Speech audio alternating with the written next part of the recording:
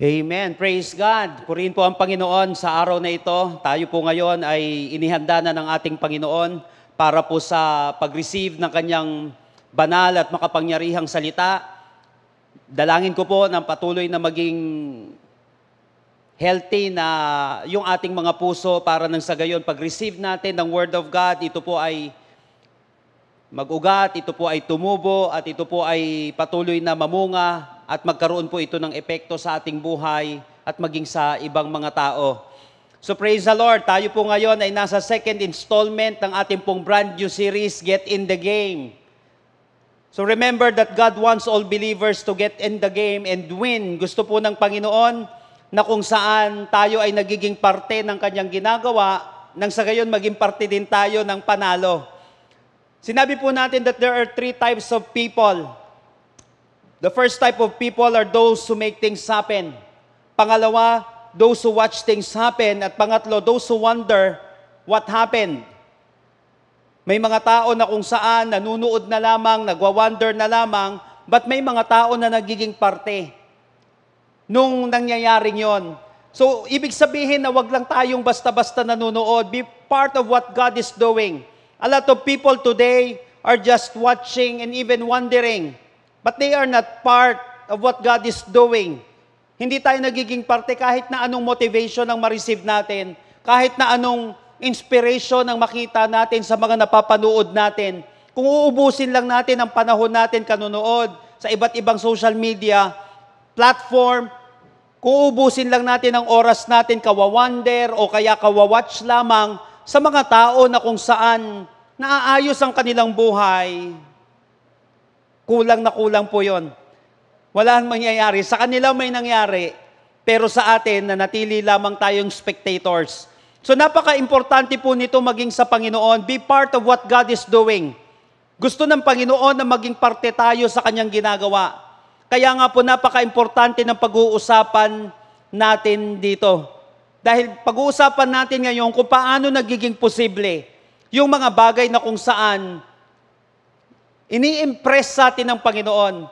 Paano magiging posible yung mga dreams, visions, yung mga goals na yan, yung naisin natin na mabago ang ating buhay, ang ating pamumuhay, yung ating ginagawa. Lahat naman po tayo, lahat ng nasa katinuan pa na tao, nais pa nila na kung saan mabago ang kanilang buhay.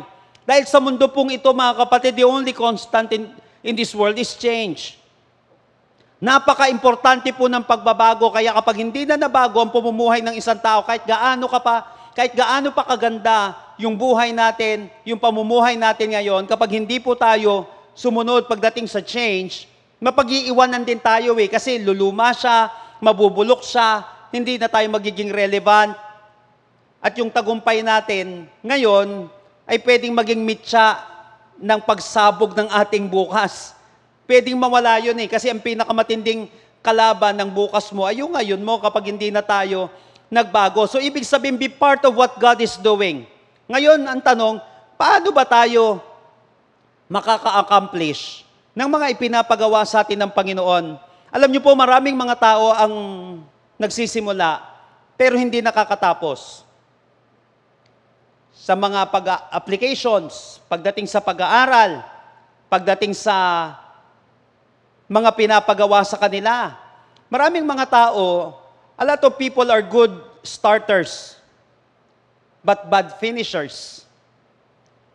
Napaka-importante po na dapat nagsisimula tayo. Kaya lang, kapag wala kang planong tapusin, sayang ang lahat. Hindi po lahat ng actions, remember this, ay may accomplishments. Because not all busy are productive. Ngayon, maging sa mga ipinapagawa sa atin ng Panginoon, hindi po natin ito basta-basta matatapos kapag hindi natin alam kung paano ito tatapusin. Now the question is, paano ba natin ito tatapusin? E di tanungin natin yung nagpapagawa sa atin. Yun ang pinakamagandang paraan para nang sa gayon, nakaka-accomplish tayo. Nakita niyo po yun? Di ba ang mas masarap na mapakinggan mo yung nagpapagawa sa iyo, ituturo niya kung paano mo tatapusin yon. Kaya nga, how to accomplish your God-given mission. Paano mo ba ma-accomplish yung God-given mission na yon? I want you to open your Bible with me. In John chapter 9, verse 4. John chapter 9, verse 4. Itong kwento po na ito ay patungkol dun sa lalaki na kung saan ipinanganak siya na bulag. Nagtatanong ang mga disipulo ng Panginoong Kristo, ano po ba, Panginoon? Sabi niya gano'n, Teacher, yung lalaki bang ito kaya siya pinanganak na bulag dahil makasalanan yung kanyang mga magulang o makasalanan siya? Sabi ni Lord, hindi. Kaya siya ganyan para ma-display ang aking kapangyarihan. So therefore, hindi lahat ng mga tao na dumadaan sa pagsubok ay dahil sa kasalanan. Para nang sa gayon, sinabi niya, makita nila ang kapangyarihan ko. So biglang pagdating ng verse 4, ito yung sinabi ng Panginoon. Tingnan niyo po. We must quickly carry out the task assigned us by the one who sent us. The night is coming and no one can work. So napansin niyo po yun? We must, sabi dito ni Jesus Christ, we must quickly carry out the task assigned us by the one who sent us. The night is coming and no one can work. So be part of what God is doing. Ayaw ni Lord na siya lang ang gumagawa. Gusto niyang i-portray sa atin. Napansin mo, makapangyarihan naman ng Diyos. Kaya niya namang gawin ito. Ba't pa siya gumagamit ng angel? Ba't pa siya nag-build ng kanyang 12 na disciples ang ating Panginoong Kristo? Ibig sabihin, may gustong ituro sa atin ang ating Panginoon. Sabi po ni Jensen Franklin, you were born with an assignment. You don't die, sinabi niya dito, until you have fulfilled it. Your God-given assignment is always tug at your heart and lead you to your highest fulfillment. Your assignment will unlock your compassion and creativity. You were born with an assignment. Don't die until you fulfilled it. Yung God-given assignment natin ito, hindi tayo patutulugin nito. Ito yung magpapatibok ng puso natin. Kaya minsan ng isang tao, tila baga parang hindi na tumitibok ang kanyang puso. Wala nang excitement sa buhay kasi hindi niya na-fulfill yung God-given assignment niya. Tandaan natin, tayo ay nilikha ng Panginoon. Ikaw man din na lumikha. Ang isang tao man din na lumikha, alam niya kung ano yung purpose nung nilikha niya. May assignment yun. Yung lumikha ng microphone na ito, hindi ito pambayo ng palay. Dapat malinaw sa kanya kung ano yung assignment niya para nang sa gayon, mas umabot sa mga makakapakinig ng maayos yung boses na nagsasalita. Hindi dapat siya gamitin sa kung ano-ano. Lahat po tayo ay may God-given na assignment mula sa ating Creator. At kapag hindi natin nagagawa yon, may unfulfilled tayo na nararamdaman. Kulang ang buhay natin kasi hindi naman tayo yun eh. You were born with an assignment. Kaya nga sinabi sa chapter 9 verse 4 dito sa text natin, we must quickly carry out the task assigned us. Do your assignment. Once na hindi ginagawa ng isang tao, yung assignment niya sa buhay, maniwala ka kapatid, kaya bumabagsak, listen to this, kaya bumabagsak ang isang tao, kaya walang nangyayari sa kanyang buhay, maybe, hindi niya ginagawa yung assignment niya. Kaya sinabi ni Lord, we must quickly carry out the task assigned us. Kaya lang dito sa passage na ito, mapapansin natin na posibleng ma-accomplish natin yung assignment na ito at magkaroon tayo ng fulfillment. May na-accomplish tayong mga bagay-bagay. Kasi nga, sinabi na nagutos sa atin dito at sinabi niya dito, we must, ibig sabihin, be part of what I'm doing. Don't be a spectator. Don't just wonder. Don't just watch. Be part of what I am doing. We must quickly carry out the task assigned us, sinabi ng Panginoong Kristo. So join me in our message today entitled Mission Possible.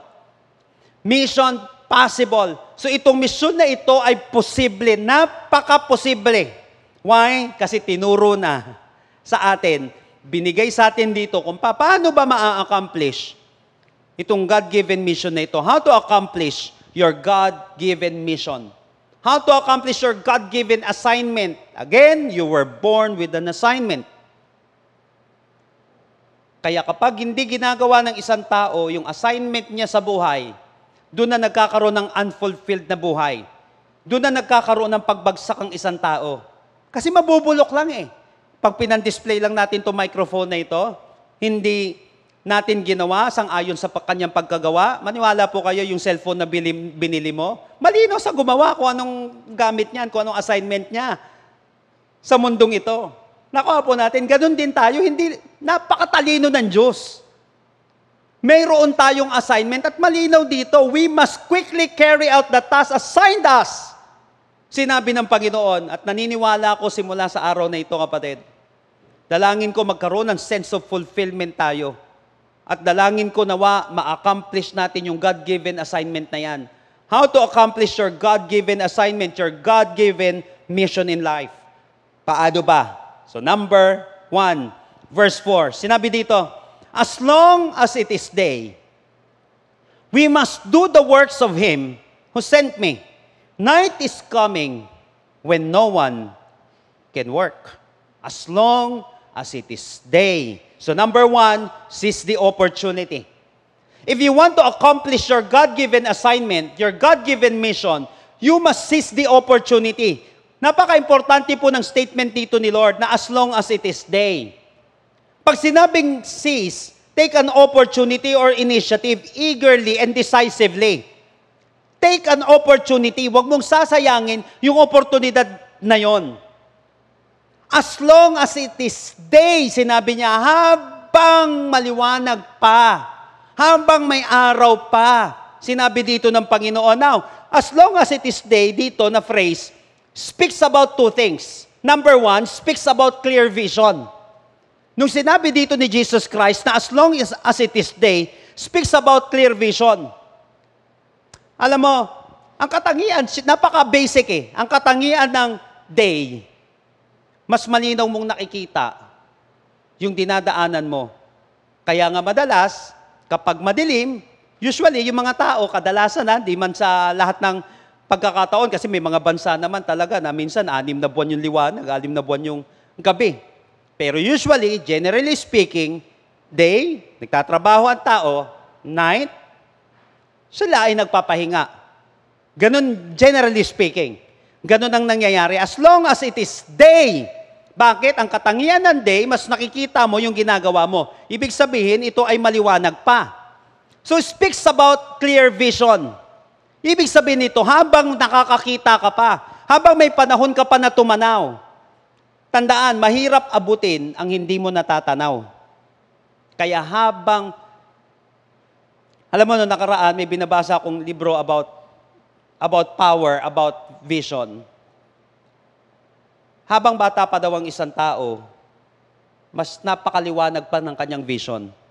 Di ba sinabi rin naman sa Book of Ecclesiastes, literally, remember your Creator. There is a time for everything. Sabing ganon. May time na kung saan darating ang panahon na lalabo na yung paningin. Kasi tatanda eh. At lilipas din tayo. Aminin na natin yon. And even figuratively, pati sa tao, habang umiidad na, yung vision eh.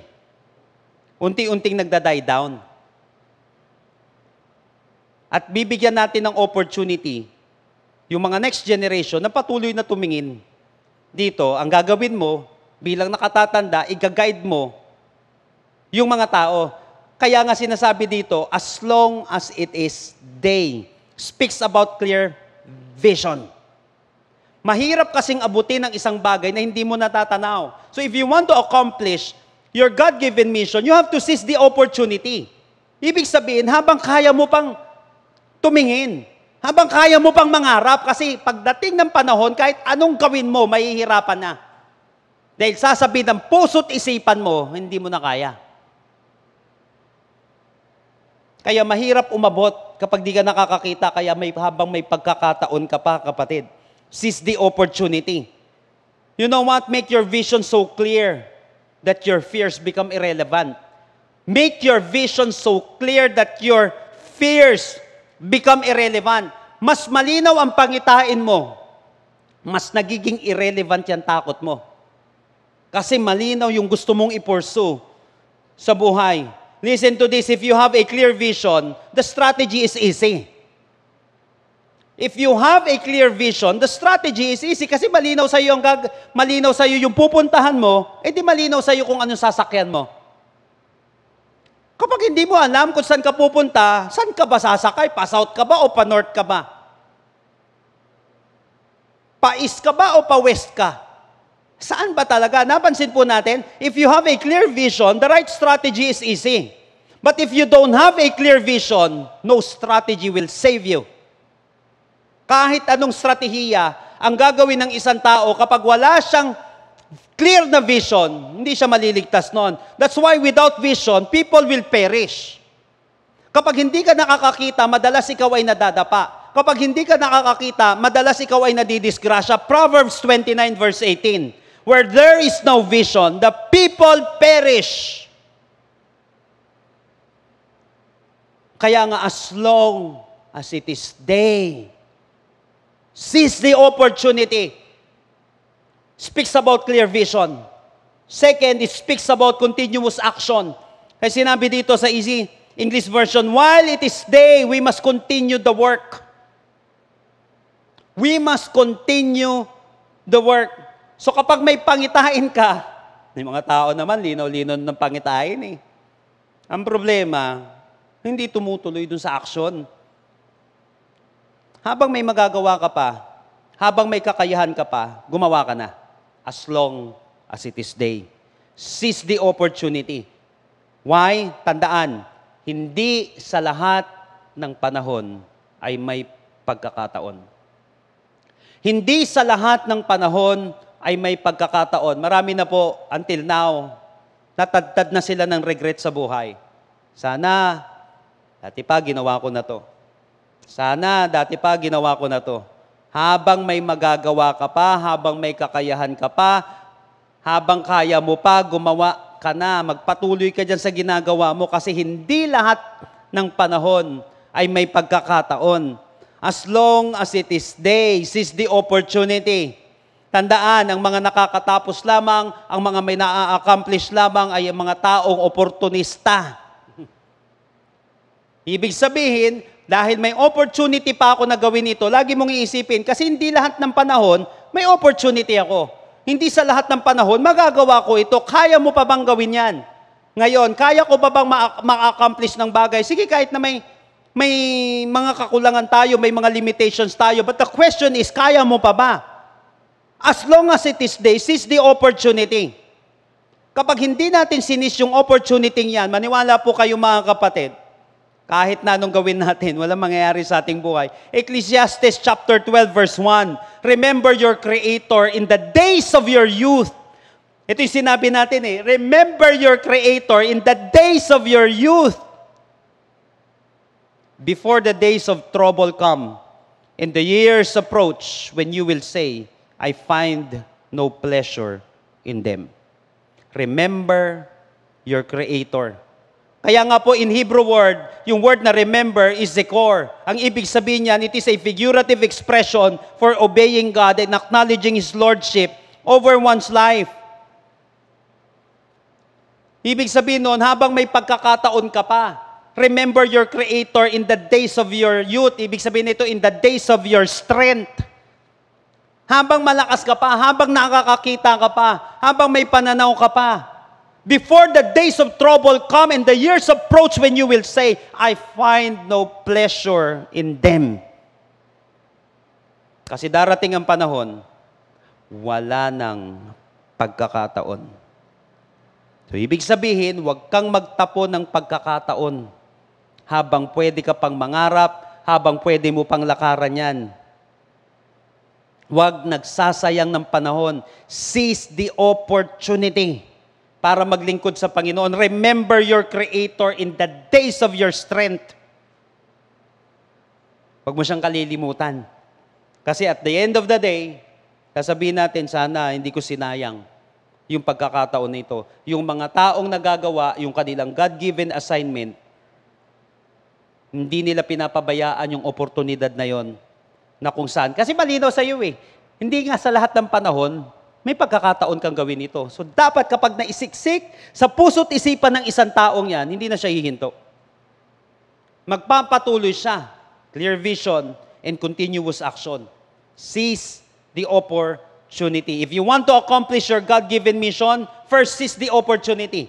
Hindi nakakaabot ang isang tao ng pangarap kung saan hindi niya ito aabutin.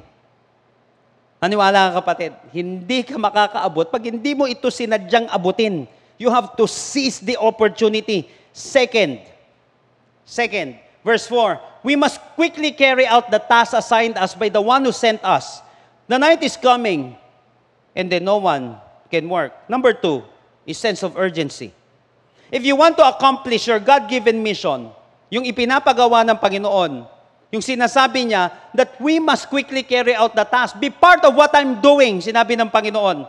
Kinakailangan, nagkakaroon tayo ng sense of urgency. So dito mapapansin natin, ni-recognize ni Jesus yung sense of urgency. Na kinakailangan, may matapos tayo. Dapat ganun. We must quickly carry out the task assigned us.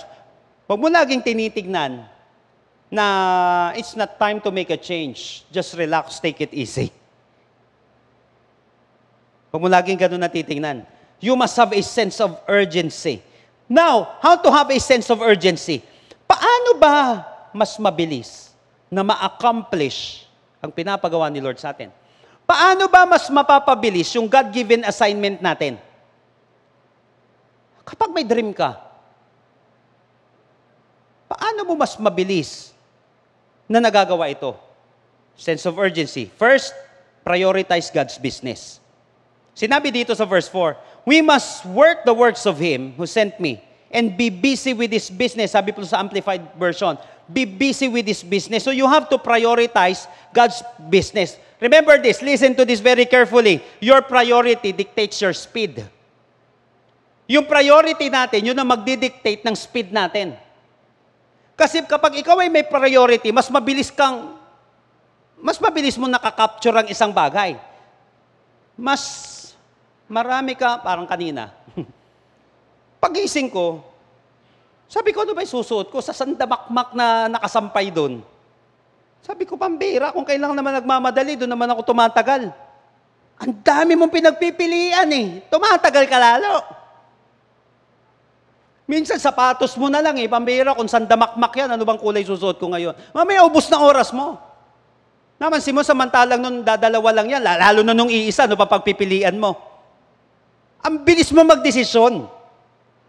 Kasi yun lang naman priority mo eh. Yun ang ibig sabihin ng priority.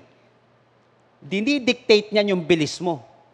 Kaya ka bumabagal kasi walang priority. Pero pag malinaw na sa'yo na ito ang susuot ko, ito ang gagawin ko, ito yung kulay na gusto ko, ito yung gagawin, mas mabilis eh. Be busy with this business. Your priority dictates your speed. Ang magdidikta na accomplishment mo ay kung saan mo binubuhos ang panahon mo. Ngayon ang tanong, saan ka ba busy? Ngayon. Saang business ka busy? You have to prioritize God's business. Magkakaroon ka ngayon ng sense of urgency, mas bumibilis ka. Mas hindi ka mapag-iiwanan at mas mangyayari sa ating buhay. Acts chapter 20 verse 24, sabi sa Lexham English Bible, but I consider my life as worth nothing to myself, sabi ni Apostle Paul, in order to finish my mission and the ministry that I received from the Lord Jesus to testify to the gospel of the grace of God. I consider my life as worth nothing to myself. Biruin mo, ibinaba niya na lahat ng pansarili niya, lahat ng gusto ko, hindi pwede. Ano yung gusto ni Lord? Maigi dito kapatid, ang masusunod, kung ano dapat ang gagawin mo, ang masusunod kung ano dapat ang ginagawa ng microphone na ito, ay yung lumikha sa Kanya. Kaya mas mabilis mong ma-accomplish ang isang bagay pag nalaman mo yun.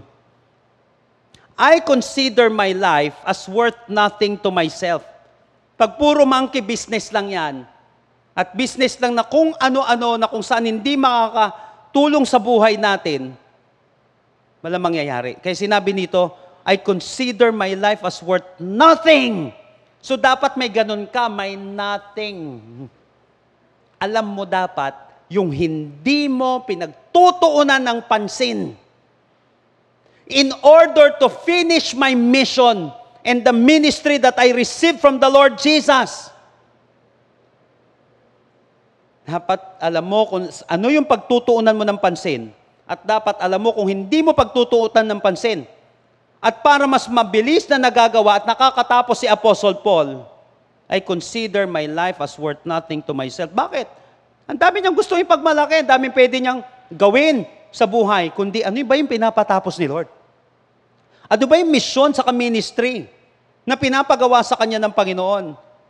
That's why, kapag God-centered ang ginagawa mo, hindi ka maliligaw. Ito'y ibig sabihin na prioritize God's business. Kapag God-centered ang ginagawa natin, hindi tayo maliligaw. Maiiwasan natin ang pagtatapon ng buhay. Maiiwasan natin ang yung binabasura natin yung buhay natin. So you have to prioritize God's business. Kapag God-centered ito, nasa true north ka lagi. Whether business mo or yung career mo, God-centered ba ito? Yung pera mo, God-centered ba yan? Yung panahon natin, God-centered ba yan? Yung relationship na gusto mong i-pursue, yung family na gusto mong buuin, God-centered ba yan? Prioritize God's business. Maniwala ka, maiiwasan mo ang pagtatapon ng oras at ng buhay. Hindi ka maliligaw kapag God-centered ang buhay mo. Second, para mas magkaroon tayo ng sense of urgency at mas mabilis na ma-accomplish yung pinapagawa ni Lord sa atin, yung God-given assignment natin. Second, promote partnership. Napansin niyo po itong text natin? Tignan niyo po. We must quickly carry out the task assigned us by the one who sent us. We, us. Promote partnership. Why? Because you cannot do it on your own. Mas mabilis gumawa kung may kasama. And always remember, sinabi ko nga, kaya naman ni Lord kumilos na mag-isa eh. Ba't nagmo-model ang Panginoon sa atin? Kasi hindi niya pwedeng i-model yung gano'n na mag-isa. Tao tayo eh. Nakuha natin. So sinasabi dito ni Lord, you are part of a team. You cannot do it on your own. Mas mabilis na magagawa mo ang isang bagay kapag may kasama ka at parte ka ng team. Hindi ka dapat kumikilos ng tila baga parang kaya mo mag-isa. Napatunayan ko, ultimo si Rambo sa dulong-dulo, kailangan din ng katuwang. Lahat halos ng superhero sa dulong-dulo, kailangan din ng katuwang, kahit Superman. Hindi kakayanin talaga. Kahit ano pang super na ilagay natin sa buhay natin, oo na, magaling tayo. But sinabi dito ni Lord, we must quickly carry out the task assigned us. You are part of the team. That's why teamwork makes the dream work. Kung gusto mo magkaroon ka ng sense of urgency, mas hindi ka lalong tumatagal, nagdi-delay ng mga bagay, kailangan mo ng katuwang. Kailangan mo ng team. Teamwork makes the dream work. It means that effective teamwork achieves much more than any individual can. Kaya pag ang isang tao, one-man team siya, mahilig mag-isa, maniwala ka sa dulong-dulo, mabiburnout din yan. Maiirita na sa buhay yan. Kasi nga, hindi naman ganun ang design ni Lord sa atin. Hindi. Actually, itong well-known na phrase na ito is first attributed to Dr. John Maxwell. Ito yung original quote niya. Teamwork makes the dream work. But a vision becomes a nightmare when the leader has a big dream and a bad team. Teamwork makes the dream work. Pero yung vision kasi, nagiging bangungot yan kapag ang isang leader, may big dream siya, pero may bad team naman siya.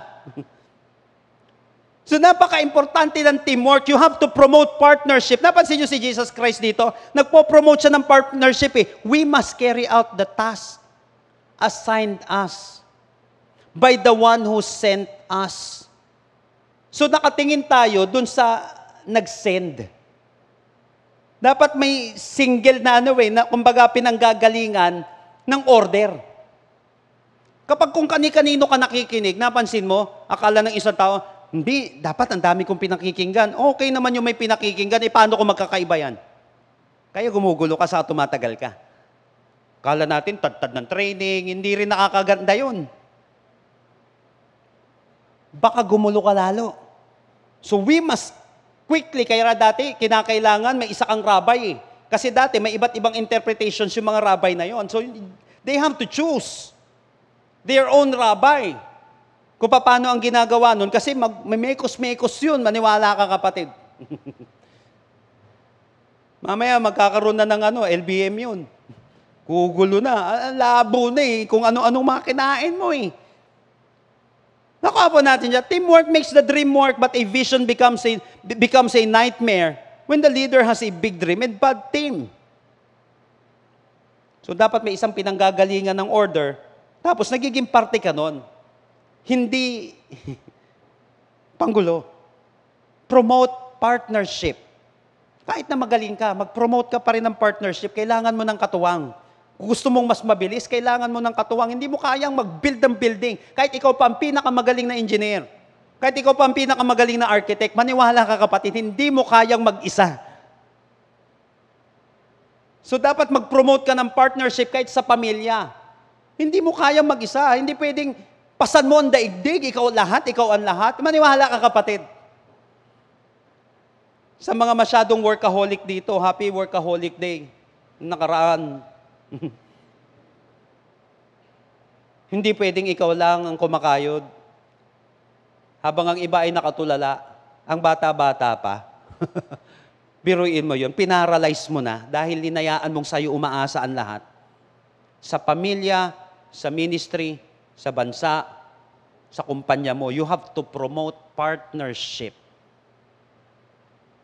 Kinakailangan maramdaman mo at maramdaman nila that they are part of a team, that they are part of a family, that they are part of this country, that they are part of your business, of your vision. Promote partnership. Teamwork makes the dream work. Therefore, nakadepende sa priority at partnership mo kung may matatapos ka o wala. Nakadepende sa priority at partnership mo kung may matatapos ka o wala. So you must have a sense of urgency. We must quickly carry out the task assigned us. Mas wala kang priority, mas tumatagal. Sang oras na wala ka pa rin napipili kung anong gagawin mo. Mas tumatagal ang kilos.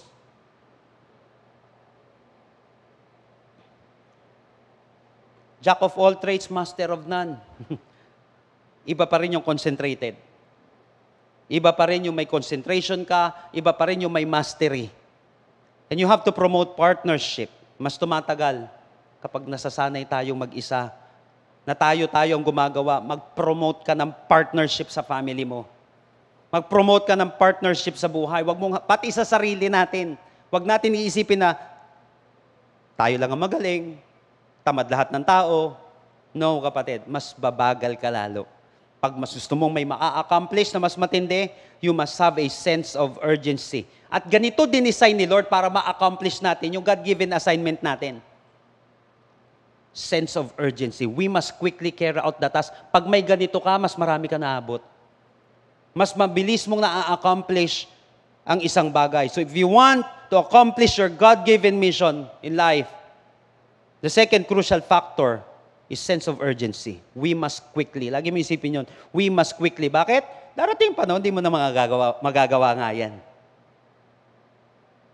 Darating ang panahon, hindi na. Last but not the least. Verse 4. As long as it is day, we must do the works of Him who sent me. Night is coming when no one can work. If you want to accomplish your God-given mission, pangatlo, see the boundary.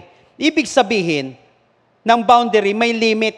Ito, mas may na-accomplish ang isang tao, mas magagawa natin yung ipinapagawa sa atin ng Panginoon, yung God-given assignment natin sa buhay na ito, pag alam mo na may limit lamang ang mga bagay-bagay at buhay natin sa mundo.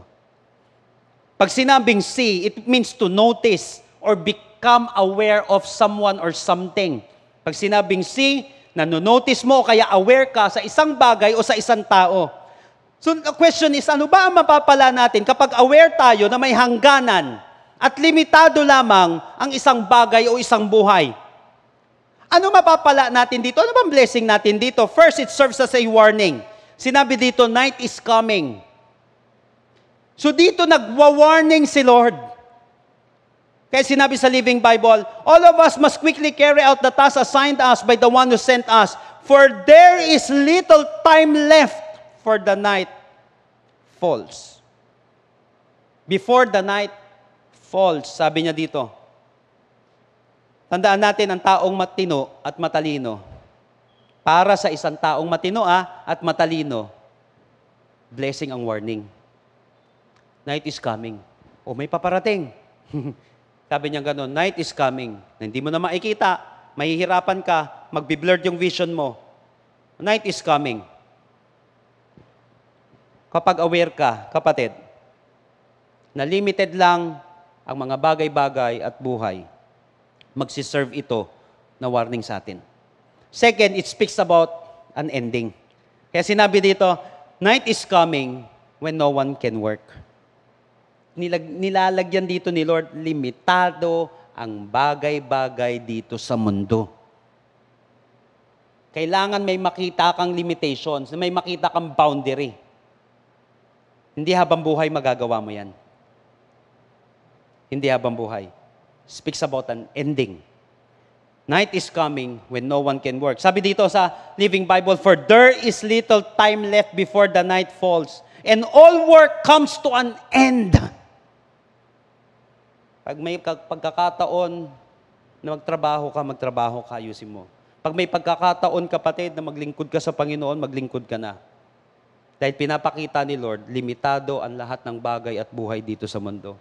Hindi sa lahat ng pagkakataon, kapatid, magiging tatay ka at nanay ka. Kaya magtatay at magnanay ka na ngayon. Kung may mga anak ka, kapatid, ayusin mo. Hindi sa lahat ng pagkakataon, makakapaglingkod tayo ng katulad ng paglilingkod natin dito sa mundong ito. Makakapag-win ka, sa langit wala nang winning doon. Kaya pag may pagkakataon, na ma-share natin yung gospel, yung pag-ibig ng Panginoon, yung grasya ng ating Panginoon sa tao, do it now. Dahil sa susunod, wala na yan. So see the boundary. It speaks about an ending. All work comes to an end. Become aware that there will surely be an end. Kasi kapag may time limit, listen to this, hindi ka na mag-aaksaya eh. Kasi alam mo may time limit. Sino na po sa inyo nag-e-exam ka? Hindi pa uso dati yung online na school. Nag-aaral na po ako sa ibang bansa eh. Kaya lang, akala ko simple lang. Akala ko sa lahat ng panahon, makakapag-exam ka. Biruin mo, bibigyan ka ng, ano ba naman yan? Sabi ko, 15 minutes, 10 minutes. Pagkasandamakmak naman, 300 naman tong question dito. Nakaka-stress. Grabe. Kaya lang, gagawan mo ngayon ng strategy, hindi na yung kung ano-ano pa, pakagat-kagat ka pa ng lapis. Minsan, napuputol pa yung lapis eh. Kung ano-ano pang ginagawa. Focus, focus, focus. Kapag may time limit, hindi ka mag-aaksaya. Gusto malaman mo, kapatid, may lahat tayo limitado na. The average lifespan of an average person is 25,550 days lang. Kaya mula nung ipinanganak ka, kapatid, umaandar na yung metro ng buhay mo. Ang maganda, kapag malinaw sa'yo yan, mas may ma-accomplish kang bagay. Tandaan, may blessing ang boundary. May blessing kapag alam mo yung limit. Kaya nga, there's a time for everything. Kasi magsiserve siya ng warning. It speaks about an ending. See the boundary. Kailangan malinaw sa atin that there's a time for everything. Ecclesiastes chapter 3 verses 1 and 2. There's a time for everything and a season for every activity under the heavens. A time to be born and a time to die. Season ito. activity ito sa mundo. Ano yon? A time to be born and a time to die. Makakatulong sa atin ng malaki kapag alam na wawarningan tayo, night is coming.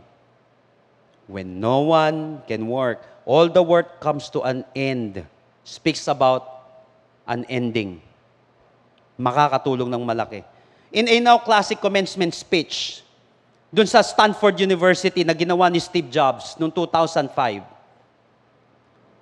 napakaganda nung, actually, pinauulit-ulit ko ito na pinakikinggan. Dito talaga, nilahad niya na napaka-importanting advice about life and death. Basahin ko lang po sandali. Ito, ng verbatim. Sinabi niya, no one wants to die. Even people who want to go to heaven don't want to die to get there. And yet, death is the destination we all share. No one has ever escaped it, and that is as it should be. Because death is very likely the single best invention of life. Sinabi niya, it is life change agent. Tandaan natin, hindi naman theologian to nagsasalita. Wala daw makaka-escape ng kamatayan. Pero siyempre, sasabihin mo, bakit si Elijah, sila Enoch, generally speaking. Okay? Sabi niyang ganon, death is very likely the single best invention of life. It is life's change agent. Tuloy niya pa. Remembering that I'll be dead soon. Tignan niyo yung statement niya. Remembering that I'll be dead soon is the most important tool I've ever encountered to help me make big choices in life. Teka lang po, bigyan ko ng background dito. Hindi lang po ito simple na ang tao mamamatay. Hindi lang ganun to. Ang mabigat dito, nung panahon na ito, nalaman niya na may taning na yung buhay niya. Nung malaman niya na may taning na ang kanyang buhay, doon na lumabas ang pinakamagagandang ideas at decisions niya sa buhay. Kasi alam niya, limitado na yung oras niya. Napansin mo, the more na nakikita mo may boundary, na may limit ang isang bagay, hindi ka na nagsasayang eh. Makinig ka maigi kapatid, mas tumatalino ang isang tao kapag alam mo kapatid na may limitasyon ang lahat ng bagay. Kasi hindi ko nasasayangin sa kung ano pagtatapon ng buhay na ito. Hindi ko nasasayangin sa kung ano-anong mga kalokohan, sa kung ano-ano mga bagay. Kahit na tingin ko, may time pa naman ako na magloko, o time pa ako na magliwaliw sa buhay, iisipin ko, limited ang buhay na ito. Ba't ko sasayangin yung buhay na ito? O kaya tayo may mga nagagamit ngayon ng mga ganitong mga gadgets, yung mga cellphone natin, hindi doon naglabasan yung mga ideas na napakaganda at nagiging pattern ngayon. Sinabi niya, no one has ever escaped it. Because death is very likely the single best invention of life. It is life change agent. Life change agent. Nung malaman niya na may taning na ang buhay niya, doon na siya lalong naging matalino. Tama yung sinabi ng Bible. Psalm 90, verse 12. Teach us to number our days that we may gain a heart of wisdom. Teach us! Kapag hindi na natin naaalala ito, lagi natin basahin itong verse na ito. Lord, teach me! Teach us to number our days aright, that we may gain a heart of wisdom. Kapatid, limitado yung oras mo. Kaya pag binigyan ka ng pagkakataon na maglingkod sa Panginoon, do it. Limitado yung oras natin. Tama. Kapatid, kaya lang, anong gagawin mo nung malaman mong limitado yan? Dalangin ko kapatid, mas maging matalino again. The average lifespan of an average person is just 25,550 days. Ilan na lamang ang natitira sa atin ngayon? Kaysa matakot ka kapatid, maging matalino ka. Teach us to number our days. Mas malinaw sa'yo na limitado ang oras mo. mas nagiging matalino ka. Kasi hindi ka nakatulad ng iba na nagtatapon ng buhay, hindi ka nakatulad ng iba na nagbabasura ng buhay. Ang masakit nito nung hindi tayo mananampalataya, nung wala tayo kay Lord, nagtatapon tayo ng buhay Ang masakit nito, nung Christian ka na, nagtatapon ka pa rin ng buhay. Teach us to number our days that we may gain a heart of wisdom. Kaya pag tinatamad na ako na maglingkod sa Panginoon, sabi ko, hindi sa lahat ng panahon magagawa ko ito. Yung strength na meron ako ngayon, time will come, hindi na ito yung magagawa ko Kailangan may buhos ko yung buhay ko dito. Tapos sa panahon naman, na kung saan parang tinatamad ka dun sa responsibility mo sa family mo, niisip ko, hindi lang sa lahat ng panahon kasama ko asawa ko. Hindi sa lahat ng panahon kasama ko ang mga anak ko. Kaya minsan gusto ko i-cancel yung date namin Nasa family, nako. Pero naisip ko, yun nga lang, limited nga lang yung time na sumasama-sama sa yung anak mo Time will come. Sa iba na gustong sumama yan. Napansin mo kapatid, mas naitatama yung puso mo, yung isip mo sa kabuhay mo. Kapag alam mo kapatid na limitado yung sitwasyon mo. Teach us to number our days that we may gain a heart of wisdom.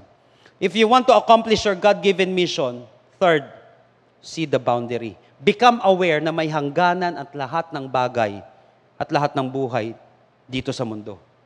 Kaya may tao na kung saan mas nakaka-accomplish, mas mabilis niya nagagawa ang isang bagay, nagkakaroon ng meaning yung kanyang buhay kasi nagawa niya yung God-given assignment niya. Kahit anong ginawa mo, kahit na ipanlaba mo ito, kapatid, maniwala ka. Kahit na ipamato mo ito, gawin mong laruan, hindi pa rin yun ang gamit ng microphone na ito. Hanggat hindi siya nagamit, hindi magkakaroon ng sense of fulfillment. Hindi niya marireach yung kanyang potential. Kinakailangan ma-discover at magamit ito sa tama. Ganon din sa buhay ng isang tao. May creator tayo. Create tayo ng Panginoon para maging parte ng kanyang ginagawa sa mundong ito. We must be God-centered para hindi ka naliligaw sa buhay. How to accomplish your God-given mission? Number 1, seize the opportunity. Speaks about clear vision and continuous action. Huwag magsasayang ng oportunidad na binigay sa atin ng Panginoon. Number 2, sense of urgency. Magkaroon ng priority. Prioritize God's business. Kinakailangan nakasentro sa kalooban ng Panginoon para hindi naliligaw at kung saan-saan pumupunta. And promote partnership. Huwag nasasanay na mag-isa na lumalaban sa buhay. Mahirap magrambo-rambuhan sa buhay. Pangatlo, see the boundary. Why? It serves as a warning and speaks about an ending. Again, let me remind you, verse 4, sabi ni Jesus Christ, as long as it is day. Kapatid, day pa ba sa buhay mo ngayon? Ibig sabihin, nakakahinga ka pa ba? Kaya mo pa ba na gumawa? Yan yung day mo.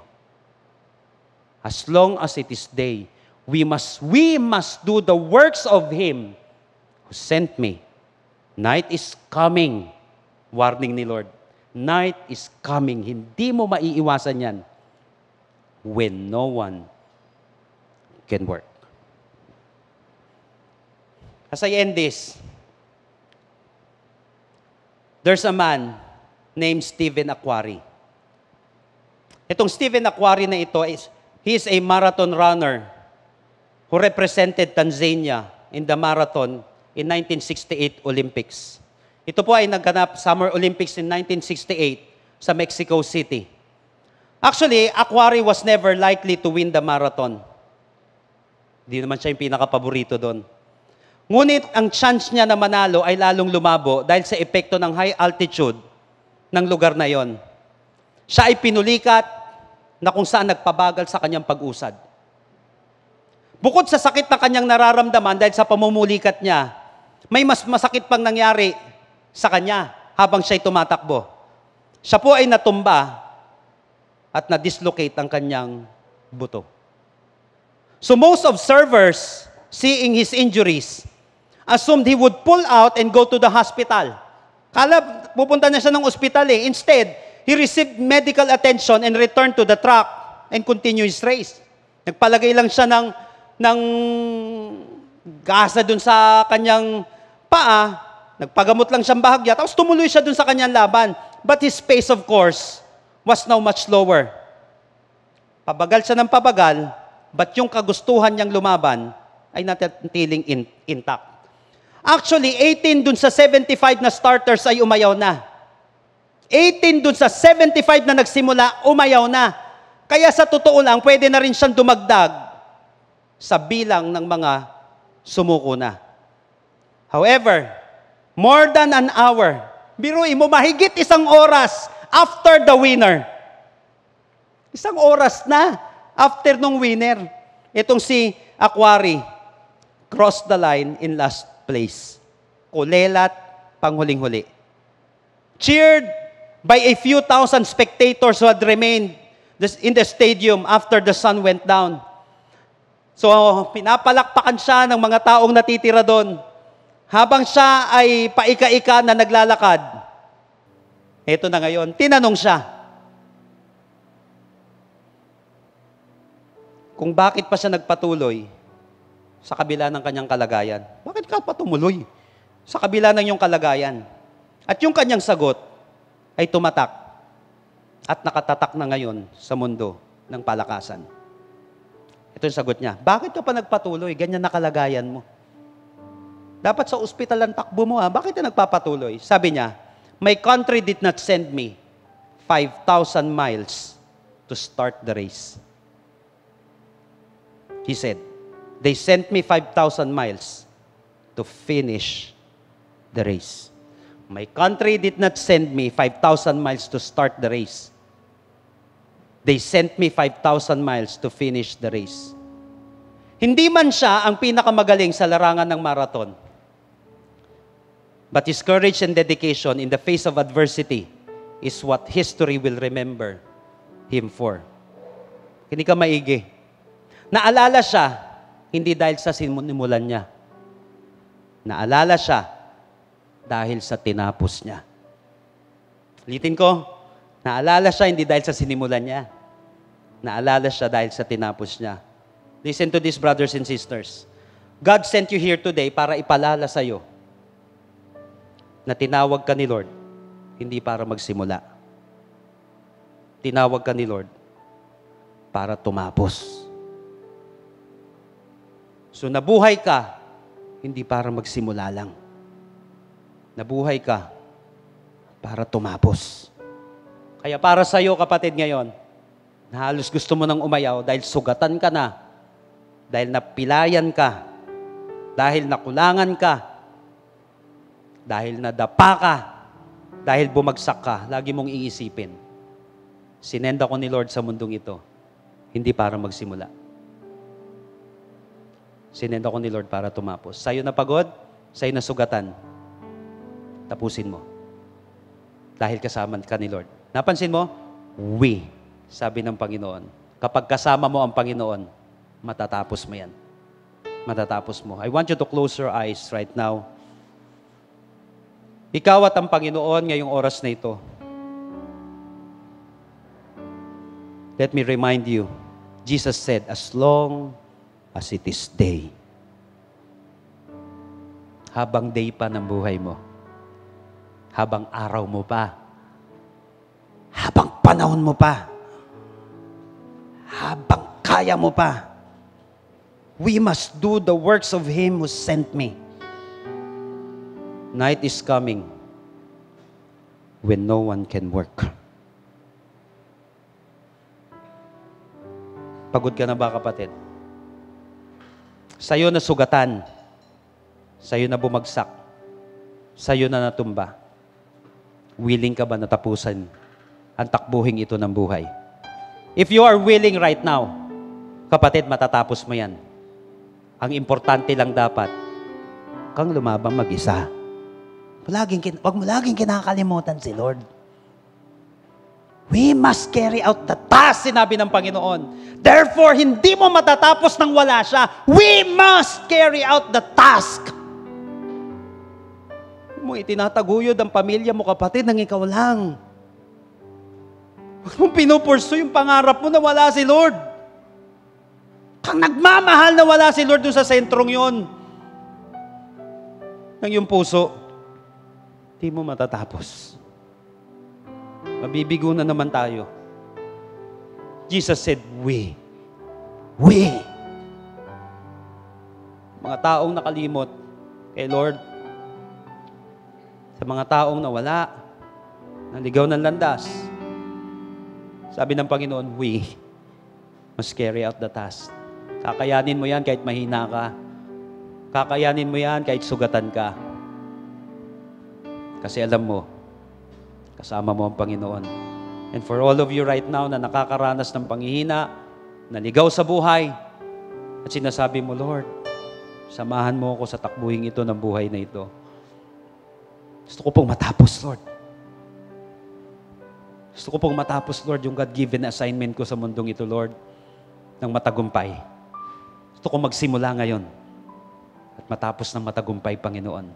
If you're this person right now, na gusto mo pang may ma-accomplish sa buhay, na magawa mo yung homework mo, kapatid, ng matagumpay, mananalangin tayo ngayong oras na ito. But make it your personal prayer. And I believe that after this, your life will never be the same again. Pray this prayer with me right now. Be mo, Lord Jesus. Lord Jesus, Come into my life. come into my life. I surrender my heart to you. I surrender my heart to you. I admit that I'm a sinner, I admit that I am a sinner, but I believe that you are my Savior. but I believe that you are my Savior. Starting today, Starting today, be the Lord of my life. Be the Lord of my life. Lead me. Lead me. Save me. Save me. In Jesus' name, In Jesus' name. Amen. Amen. Kapatid, kung first time mo ipinalalangin ang panalangin ito, hindi ka natatakbong mag-isa. Pwede kang tumakbo ng luhaan, sugatan, pwede kang natumba, pwede kang nagkamali, pwedeng mahina ka naman talaga, pero kapag kasama mo si Lord, kapatid, matatapos mo yung laban. Lagi mo lang alalahanin, sabi ni Lord, we must quickly carry out the task. Huwag kalilimutan si Lord. Kasama dapat lagi ang Panginoon. Kakayanin mo, kapatid, ang laban. Sa pangalan ng Panginoong Hesus, I lift up to you everyone na nakikinig ngayong araw na ito, Panginoon. Sa Kanya na nasugatan, I pray, God, for extra strength. Paghilumin mo po ang mga sugat na ito, Panginoon. Sa Kanya na nadapa, Panginoon, muli mong pabangunin ang kapatid na ito sa pangalan ng Panginoong Hesus. Sa Kanya na naligaw ng landas, Panginoon, nawa manumbalik siya doon sa racetrack na binigay mo sa Kanya. Sa Kanya, Panginoon, na nakalimot sa iyo, Panginoon. Muli nanunumbalik ang tibok ng puso sa iyo, Panginoon. Samahan mo po kami, Panginoon, sa takbuhin ito. Patawad po, Panginoon, na kung minsan sa aming buhay ay nakakalimutan ka namin. Panginoon, nakakala namin, kaya namin mag-isa o kami na lang ang gumagawa ng solusyon. Kami na lang ang naghihilom sa mga sugat namin. Kami na lamang, Panginoon, ang gumagawa ng paraan. But Lord, hindi ganito ang buhay. Ikaw ang manlilikha namin at Ikaw ang Diyos namin. At Ikaw lang may kakayahan na magpatapos sa amin, Panginoon. Ikaw lang ang may kakayahan, Panginoon, na magbigay ng tunay na katagumpayan sa amin. Lord,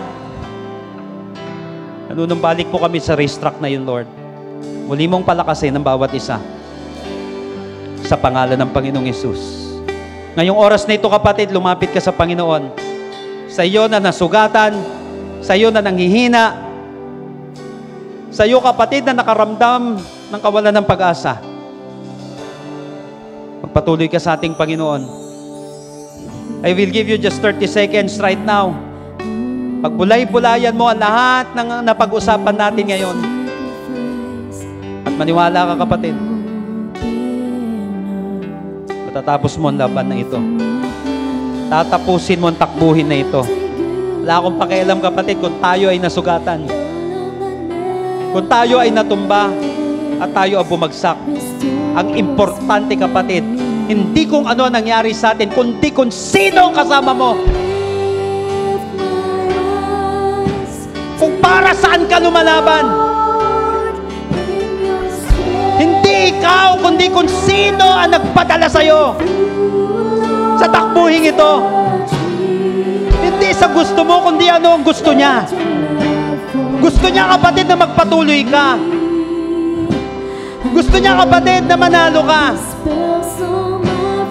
Gusto niya na makabangon ka.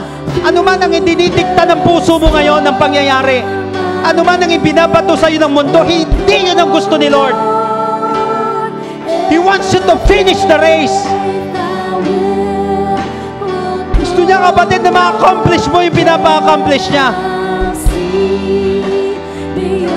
Tutulungan ka ng Panginoon. Tutulungan ka ng Panginoon. Muli kang bumangon, kapatid. Muli kang lumakad, muli kang tumakbo, muli kang magpatuloy sa Panginoon. Ibalik mo po, Panginoon, yung apoy. Ibalik mo yung passion. Ibalik mo, Panginoon, kami sa tamang wisyo, Panginoon. Na hindi na kami tatakbo sang ayon sa takboy na gusto lamang namin. Lord, babalik kami sa tamang racetrack, Panginoon. Babalik kami, Panginoon, sa pagmamahal mo. Babalik kami sa kagustuhan mo. Babalik kami, Panginoon, sa presensya mo, sa direksyon mo. Samahan mo po ang bawat isa, Panginoon. Salamat po, Panginoon. Marami pong salamat. Oh, Lord.